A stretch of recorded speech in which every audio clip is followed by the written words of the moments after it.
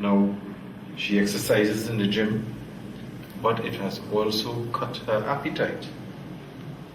Now she's eating and she's a total vegetarian, but it has cut her appetite. Which means that her body has got enough nutrients from this, where her brain is not telling her body that she's hungry. Wow. So she's getting well fed. She's supplying amino acids, vitamins, antioxidants, bran, Everything. and she's much more healthy. Okay. So she says I caused her problems because now she's got to go out and have all her clothes adjusted. I had an interesting question I want to ask. I want to target earlier on this, right? Everybody would think that they're healthy, but is it true that everybody is really as healthy as they think? You know, I work with many like young people, and I look at them and I talk to them, you know, when they come for like skin treatment. I always ask them about their diet again, their fluid, the fast food they eat, and caffeine and all this stuff. And then, I'm exactly what you said. Oh, I don't get sick, I'm healthy and all this. But I look at their skin like they're breaking out, their pimples, there's cysts in their face. I said, why, if you're healthy, why are you having this? To me, there's something inside, imbalanced somewhere. You cannot, because this is not from the outside, this is from the inside. If you're using you're cleansing your face and all this, but you still have that thing from the inside. So then when I talk to them and I put them on the wheatgrass, and after a while, they come and tell me, all their lifestyle changed.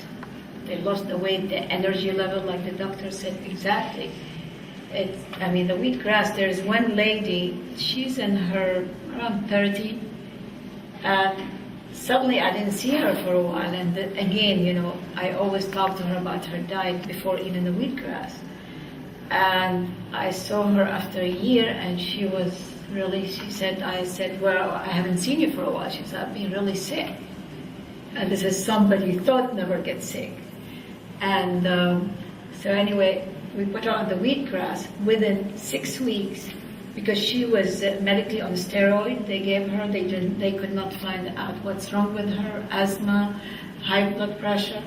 Within 6 weeks, she lost 11 pounds. She's healthy. Her face completely cleared up. And she said, you're right, you know. Wow. And she called me just to thank me about recommending the wheatgrass. She came really to me just to ask me about her face. But when I looked at her and saw the difference from a year ago, I said, I really want you, if you trust me, just get on the wheatgrass. If it doesn't help you, it will not hurt you. Mm-hmm. So she bought 2 boxes, and in 6 weeks she called me and she came to the house. Jay saw her. Phenomenal. What a difference. I swear to God, her face completely cleared up. She lost so much weight. She went back to her doctor to follow up. And the doctor said, wow, what did you change? She said, nothing. I'm just drinking the wheatgrass. Wow. He said, whatever you're doing, don't stop it. Jay, we've heard a lot about this. We've confirmed basically confirmed that wheatgrass is the strongest and the most powerful anti-cancer fighting food. From your point of view, would you say that yes, wheatgrass is the first biomedicine solution in that aspect? Well, I look at wheatgrass as this is the food that's been on the planet from day one when man was created, okay? Right. We're genetically designed. Our bodies are genetically designed to be consuming this is food. If you look at the molecule structure of the chlorophyll in this product right here, under a microscope, mm-hmm. and you examine the blood in our bodies, which is the hemoglobin, okay? The molecule structure of the chlorophyll, and you match it to the hemoglobin blood in our body, it's so close to a resemblance. It's not identical, but it's so close. It tells me that this is a perfect food for our body, and it's simply it's a complete food. It has it has 17 amino acids. It has loads of vitamins and minerals in it, and it's like over 100 known enzymes in it. And when you assimilate it in your body, you feel good. And it's the highest alkaline food on the planet. It's higher than spinach. Wow. And that's a high alkaline food, okay? Popeye should get some of this. Yeah, exactly. So when you consume this, it heals the blood. It makes the blood strong. It makes it healthy. Your blood is your life force. That's what's keeping you healthy. Without healthy blood, you don't have a whole lot. Wow.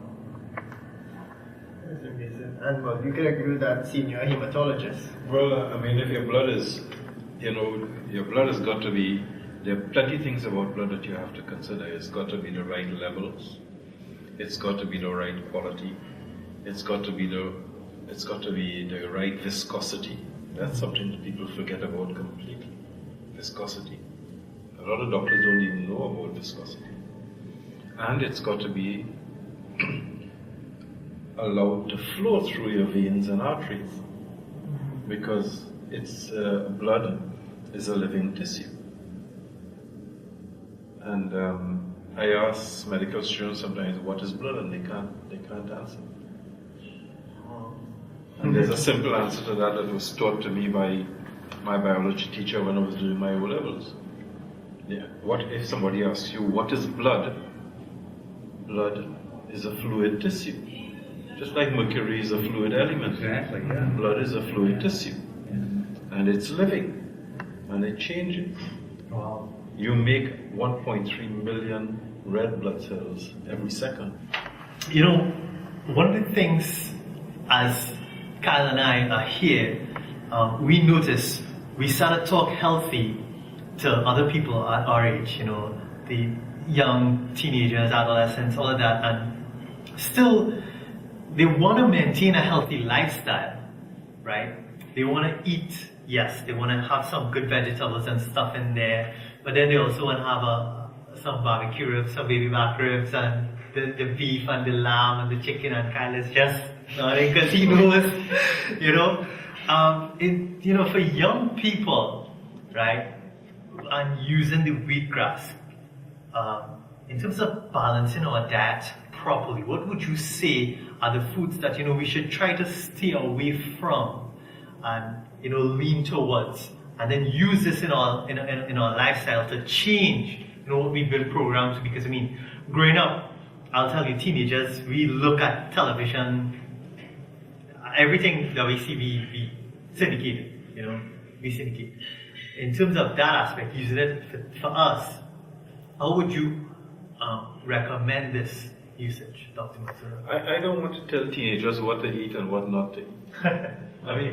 My experience is once you tell a teenager not to do that, they're going to. So, Right. what I will tell them is that we are growing and we will get old. Right. And every day you are a day older. And when you reach a certain age, there are things that you cannot do anymore. Wow. And you have got to prepare for that time. So there's got to be a level of moderation in your life and in your lifestyle.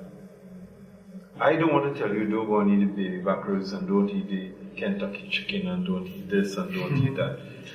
That is unavoidable. Everybody's going to go and buy a bucket of Kentucky and you're going to go by the seaside and you're going to eat it. And It's probably like suicide for some people. I am not going to do that anymore because I am at the age where I cannot handle that.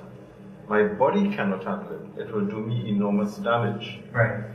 It will do you the same damage, but you have an advantage over it. You have a younger system that can handle it for the time. Okay. And as you get older, your system will deteriorate and you will no longer be able to handle it.